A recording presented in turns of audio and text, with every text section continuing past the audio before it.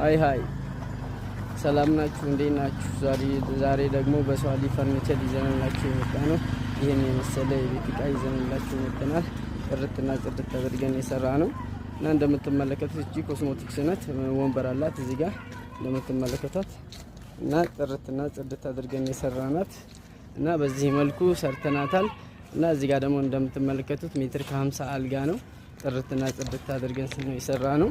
ይሄ እንደምትመለከቱት እና የዛሬ ስራችን ይሄን ይመስላል። በእንዲህ አይነት መልኩ ሷሊ ፈርኒቸር ከሚሴ ነን። እንግዲህ እናንተ የምትፈልጉ ከሆነ እንሰራላችኋለን ማለት ነው። በዚህ መልኩ ደግሞ ቁምሳጥኑ ይሄን የመሰለ ቁምሳጥን 4 ተከፋች ከነ ተደራቢ ወይም ከነ ኮምፎርቱ ነው የሚባለው እና በእንዲህ አይነት መልኩ ከፈለጋችሁ እንሰራላችኋለን ማለት ነው።